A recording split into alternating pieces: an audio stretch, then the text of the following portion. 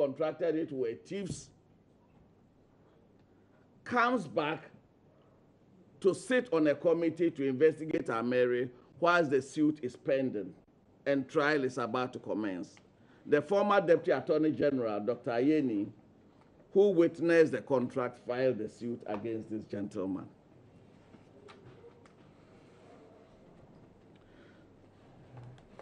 Ladies and gentlemen, the government entered into a contract with Ameri Energy as a developer.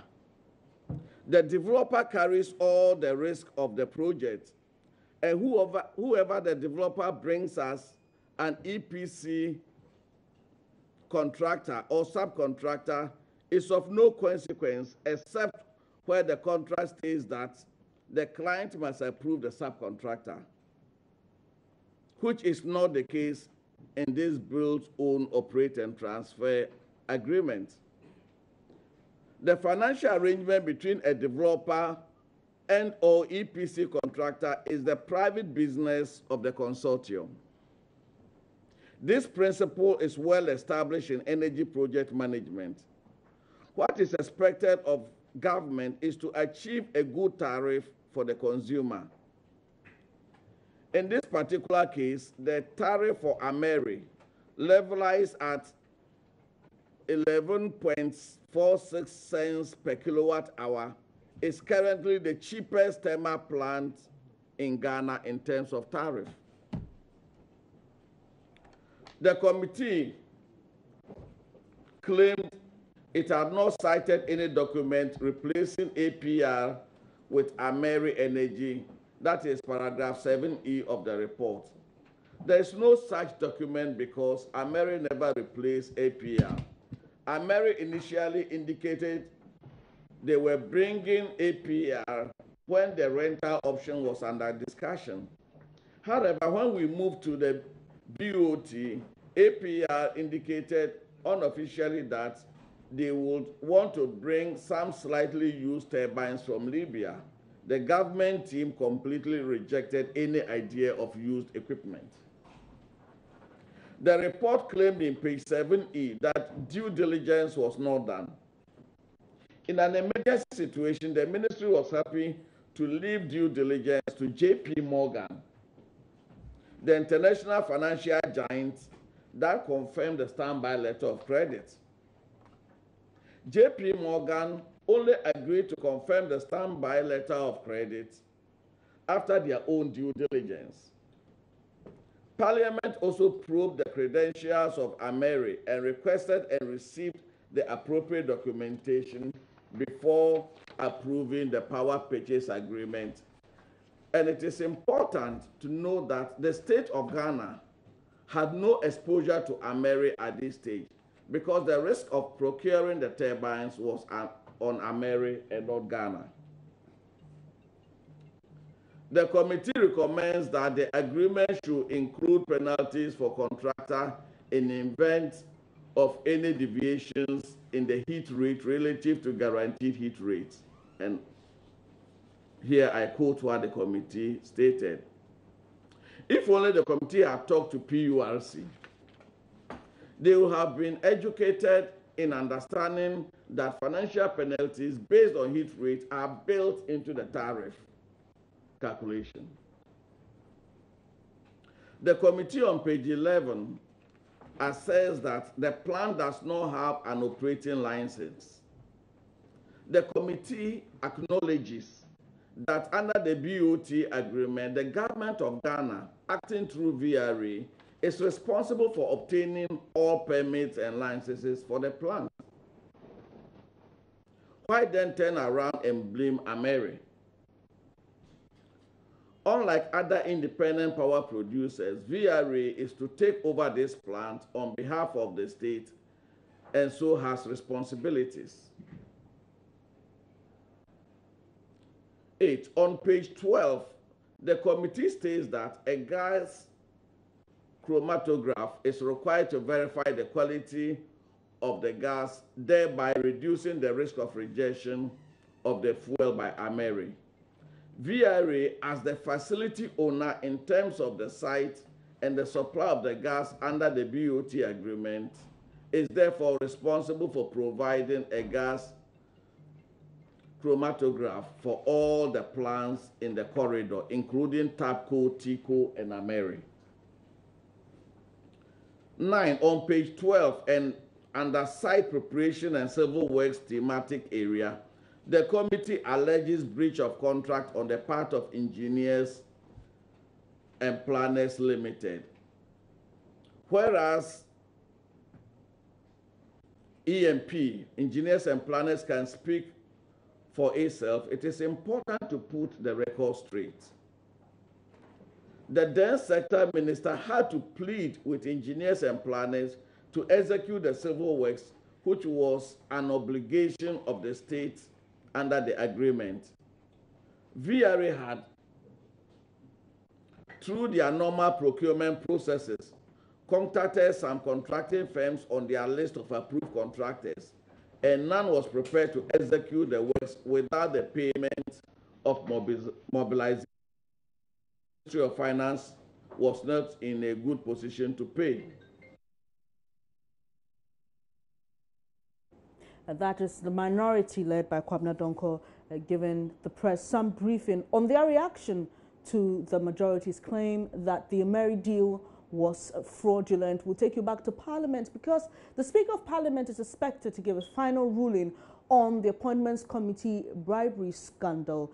Today, we'll touch base with our correspondent there, Joseph Apukugakpo, for the latest. But before that, DSP Tehoda, the police officer who was arrested, interdicted, and subsequently sacked for her alleged role in the cocaine turned into baking soda case, says some faceless people within the police service were behind the attempt to tarnish her image. The then deputy commander in charge of the commercial crimes unit of the police service was interdicted in September 2011 following the arrest of one Nanama Martins, who was accused of possessing parcels of substances suspected to be cocaine. Now let's take a look at a little history of her case till date. So let me just take you there. Gift Tehoda, that's a photo of her, comes along with some information there. Now she was interdicted in September 2011 following the arrest of Nanama Martins, who was accused of possessing parcels of substance suspected to be cocaine, which later turned to baking soda. There's some more information on this shortly, but now we know that she has been asked to be reinstated, and also the police service has been asked to pay her some amount of 23,000 Ghana cedis in damages. She's also been asked that her pay be backdated for the 5 years she spent at home battling this particular case. And also now she was linked to the disappearance of the cocaine, like I rightly mentioned. She was subsequently arrested, interdicted and dismissed. Now she was acquitted and discharged unconditionally by the circuit court in 2012. 3 years after her acquittal, the police service failed to reinstate her. Now, she went to the Human Rights High Court to seek redress for what she described as her wrongful dismissal by the Ghana Police Service. And on the 31st of March 2007, she was cleared of all charges. The High Court directs the police service to reinstate her, and all salaries due her in the last 5 years will also be paid.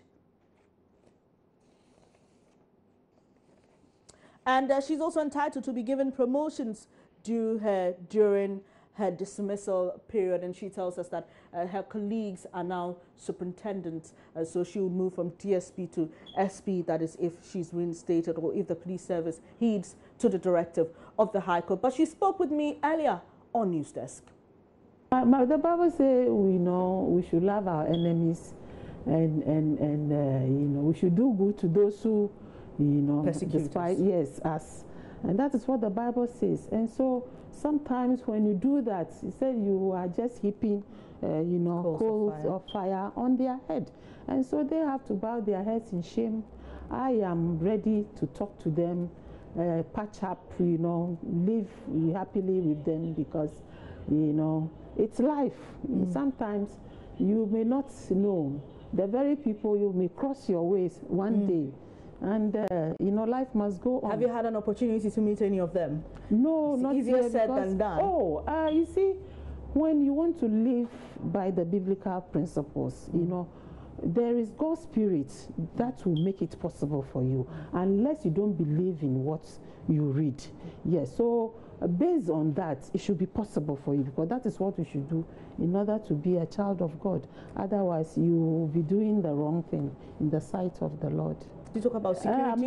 Was your security ever threatened, or the security of your legal initially team? They were receiving calls that if they don't give up with my case, they will, Yeah, so did someone, do you feel that someone deliberately attempted to tarnish your image in all of this? Oh, yes, because when they were receiving those calls, I felt there is somebody, and somebody has an agenda. Because for you to even call a lawyer and threaten him because he's handling a case, it was a serious one. I mean, there are more to this than I am telling you. Do you know who this person is? Do you have a suspicion? You know, faceless people.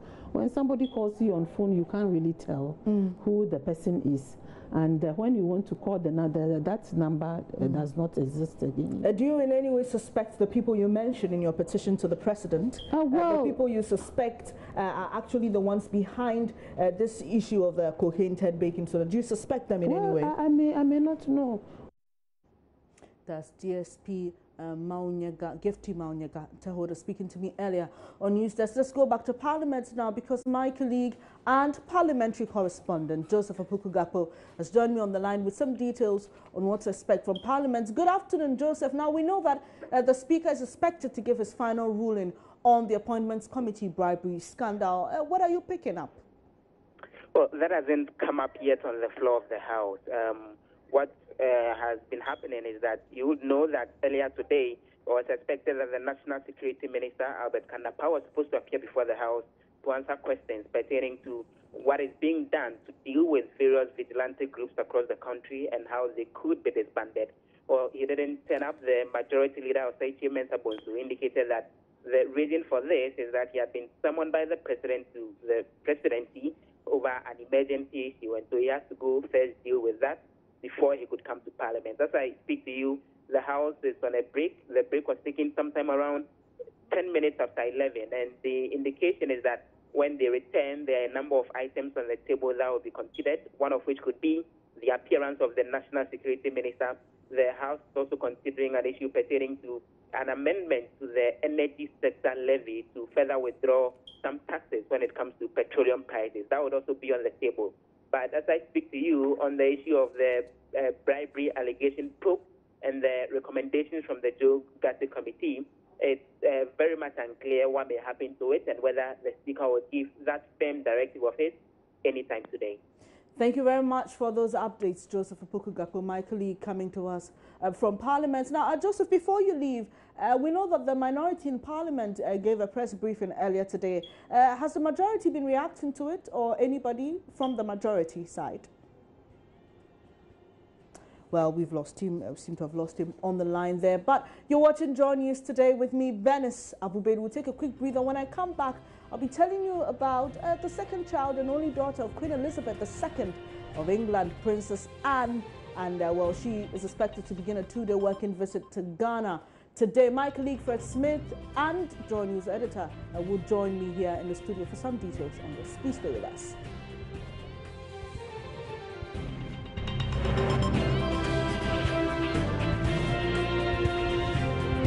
Thank you for staying here on Joy News today. Now, the second child and only daughter of Queen Elizabeth II of England, Princess Anne, now Princess Royal, will begin a 2-day working visit to Ghana today. She arrives in Ghana tonight with the Asantehene expected to host her at a mini Derba at the Menchia Palace in Kumasi. Joy News, your most credible news source, is the sole accredited media organization to provide coverage for this event. Joy News editor Fred Smith joins me in the studio for some more on this. Fred, now, first of all, let's get to know who Princess Anne, now Princess Royal, who she really is. Well, 66 years of age, second child of Queen Elizabeth, you've mentioned already. She was the third in line to succeed to ascend the throne at the time she was born. As we speak, it's gone to 12. You know, lots of people have come through, Prince Charles is there, we have Prince William, there's the others are also there in line. So she's moved to 12. I'm sure she may have given up, you know, that aspiration, yes. But she's not giving up on helping society. She's someone who sponsors or supports over 200 NGOs around the world, and some of those NGOs are in Ghana. It's the reason why she's chosen Ghana today, and she arrives tonight, and the visit will be for 2 days, Beres. So why did she choose Ghana? I mean, I'm just curious. Like you mentioned, she works with a lot of organizations and I could visit any country, but why Ghana? Well, she found Ghana to be one of the countries where we're making lots of progress in terms of, you know, improving the welfare of women and empowering women. And they've also monitored the events in the media and how we are improving the welfare of women. So, for instance, some of our colleagues, Beatrice Edu, she did something on women who've been attacked with acid. Our colleague Albert Sorry, she did something about you know, child marriages in the Upper East region. And our own colleague Seth Kwame, that's the current big story in Ghana today, the Next to Die, about mothers who die whilst they go to give birth at the Confanochi Teaching Hospital because the facilities are not enough. In fact, they've monitored all of these. So Seth Kwame, Beatrice Edu, and our other colleagues who have been working in these areas will be meeting with the princess when she comes to Ghana. But all of these engagements will start from tomorrow, and I'll run you through what she's expected to do. There's arrival at the Jubilee House, and the president is going to receive her. There'll be there'll be an audience mainly with the president, and then she will depart the Jubilee House and go to the Christianborg Cemetery, Sad Osu, where she will lay a wreath there. Now, she will visit the DFI-funded adult educational workshops and children's connecting classrooms British Council offices. And you know where that is, it's at the British Council offices. And she will move to the Vaki Foundation. The Vaki Foundation, in fact, that's one of the biggest work she's been doing so far. There's a center here in Accra where teachers, you know, we have a problem with teachers moving to the rural areas. So what her NGO has done is to set up a center in Accra where teachers will go in there and teach children. Yeah, they teach children via, you know, they transmit via technology to those rural areas, and they provided solar systems where the children can receive this lecture through technology, and it's amazing. So if you have a situation where teachers are unwilling or for some reason cannot travel that far to rural areas, then this technology is bridging the education gap there. It still ensures that the children get some education. Then she will also visit the DFID-funded Female Entrepreneur Program, Most Gorgeous Looks, it's Naturals, also located here in Accra. And she will be at the garden reception to mark the 60th anniversary of Ghana's independence, and this will be done here in Accra. Then on Wednesday, she will move to Kumasi, where the Otumfuo is expected to host her at a grand derby. These are mainly the events that she will engage herself in. But she won't end here. She will move to some other countries where she has NGOs, or she is a patron of other NGOs, to also do similar engagements. So does she arrive in the country today? Yeah, we expect her tonight, but the engagements will begin tomorrow. Thank you for the updates, Fred Smith, my colleague and editor here. Johnny has given us some updates about Princess Anne, now Princess Royal's visit to Ghana. It's a two-day working visit, and as he's mentioned, she'll be visiting the president and also the Asante Hene in Kumasi. And well, Joy News, your most credible and authoritative news channel, is the sole accredited media to cover this event. So you want to stay with us here for the latest on this particular trip by Princess Anne to Ghana. Away from that, do you remember Suweiba Abdul Mumin, the woman whose baby went missing at the Confanochi Teaching Hospital? Now 39 years old, Suweiba has given birth to a baby girl 3 years after the incident. Now, she tells Joy News God has replaced what she painfully lost in 2014. Correspondent Mahmoud Mohammed Nuruddin visited her Abuabo residence and has come through with this report. سبيل الدموع سبيل مريح تنهدى يا صاحي كي تستريح وبث الدعاء الخفي الصريح يسعك الفضاء الرحيم الفسيح فبالله كم تستطب القروح ويبرأ جروح الكثير الجريح وينشط ذاك السقيم العليم. She has finally been delivered of a baby girl and I'm excited. I am happy about it. At the time of my visit, Suweiba's relatives had gathered at the family house to celebrate the good news. Their prayer for months was for Suweiba to have safe delivery, devoid of any more hospital controversies. I was concerned about her health, especially what happened to her at the Konfanoche hospital. I didn't want a recurrence. In fact, she has gone through painful experience. Doctors had told Suweiba to her excitement she would deliver on April 3rd. However, the events of 2014 were too fresh on her mind to hazard another delivery at the country's second largest hospital.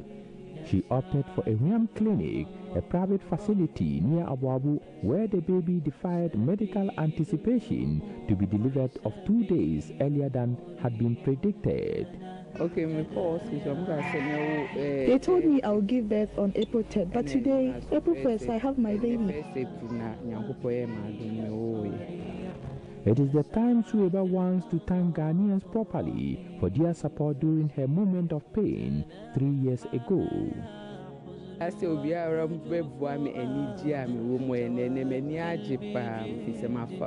want everyone to come and celebrate with me. All those who were sad about the incident can now rejoice.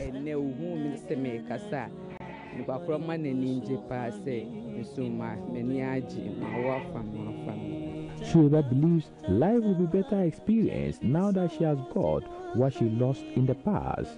Baby after delivery. Her delivery at the Konfanoche Teaching Hospital caused a national stir when doctors said her baby had died but could not find the body. Suweiba is emotionally scared and tells Joy News on Mother's Day that she cannot attend other baby naming or outdooring ceremonies because she could not find her baby. On Wednesday, February 5, 2014, Suweiba Abdul Mumin was delivered of a baby at the Konfanoche Teaching Hospital. The whereabouts of the body of the baby, who was said to have died, caused a national stir and even discussed in Parliament following disagreement between her family and hospital authorities. A health ministry investigation indicted some hospital staff who were subsequently suspended. It took intervention of the National Chief Imam, Sheikh Nuhu Sharubutu, to avert a planned demonstration by some community members over the matter, as the family insisted on seeing the baby dead or alive. Mahmoud Mohammed Nuruddin reporting.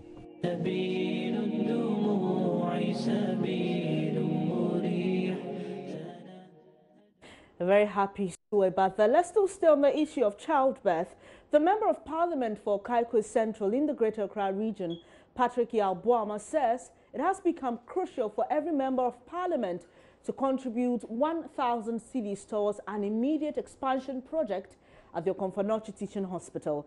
About 4 babies die daily at the hospital, and on the average, about 100 expectant mothers die at delivery or due to congestion. The solution to this congestion is an abandoned 995-bed capacity facility which has been under construction for 43 years. The problem, highlighted in Joy News' special assignment documentary, compelled President Akufo-Addo to visit the hospital last Saturday for first-hand information on the situation, and then he promised to fix the problem. Efforts are currently being made for an urgent expansion work to be done on some of the structures to partly reduce the congestion.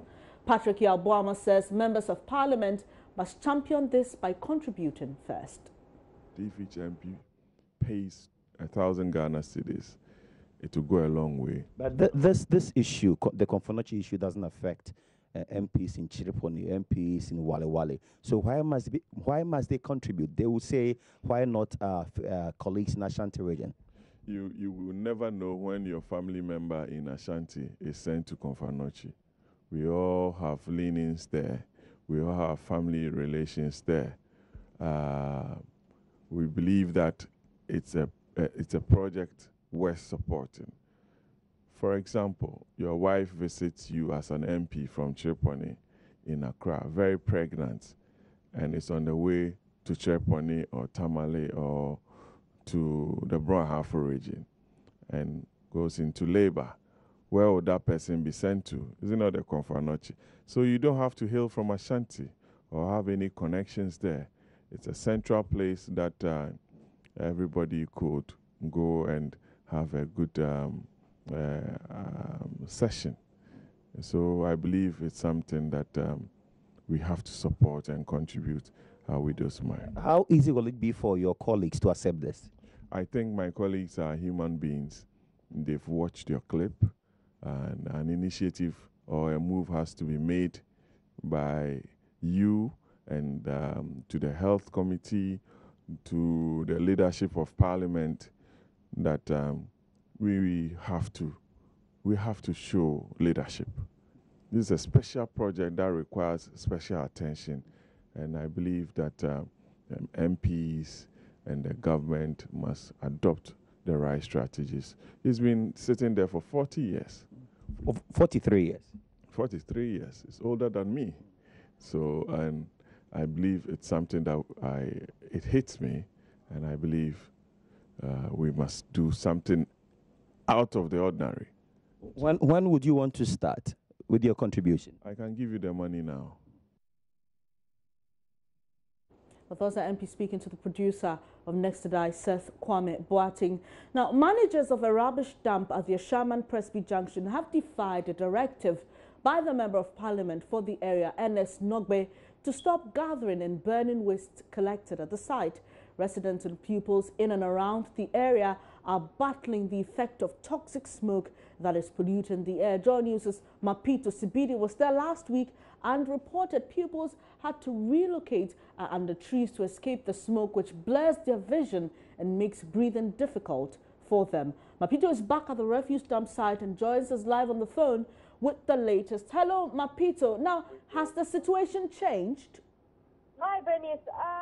No, the situation hasn't changed. It's still the same, except that now they've got solutions for it. And what is the solution? So now what's happening is that they've got fire services that come every morning to calm down the fire. But then now the problem is that the stench of the refuse is coming back into the school. The second solution is that they want to increase the fares for the trucks that offload. Because it is so cheap, every neighborhood around wants to come dump their refuse at this dumping site. And then there's third solutions that they want to close down the site, and they also want to evacuate and remove all the rubbish dumps. But the problem is funding. The assemblies don't have enough funding for these solutions. The last solution that they had was that vehicles from Zoomlion come to take the refuse dump and take it to the dumping site, because that place is only a transfer area. Mm. All right, so I'm sure you may have seen the students today, even though you report the situation is not as worse as it was last week, or it's not as bad as it was last week. What have the students been telling you? You spoke to them last week. Did you have the opportunity to speak to them again? Yes, I did. Because of the time we went, the smoke was not intense. One of the teachers reported to me that from 12 o'clock, that's when the smoke intensified, and they have to close down school and dismiss the classes. So the situation is still the same. It's just that we came earlier when the smoke wasn't intensified. I also spoke to 2 students who collapsed last. They're undergoing treatment currently, and they're back at school and had missed 5 days. Thank you very much, Mapito Sipiti. That's all time will allow us. That's my colleague coming to us from Ashaiman, where she brought us a report last week about some toxic smoke emanating from rubbish being burned at the Ashaiman Presby Junction. She said she spoke to some students who collapsed as a result of this last week, and well, they're back in school, but they had to miss some lessons. We'll follow the situation keenly because the MP says he's given a directive for the burning to stop, but we're still seeing it, so we'll be following keenly to bring a stop to this act. It's now time for business here on Joy News Today. Manuel Abajiriafe is standing by.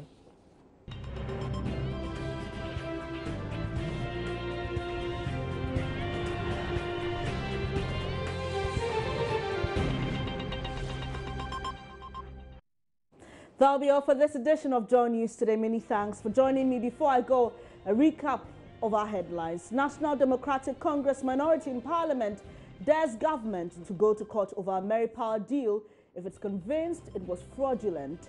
Also, vindicated former police officer DSP Tehoda points accusing fingers at faceless individuals in the police service as being the brain behind a calculated attempt to tarnish her image in connection with the cocaine turned baking soda case.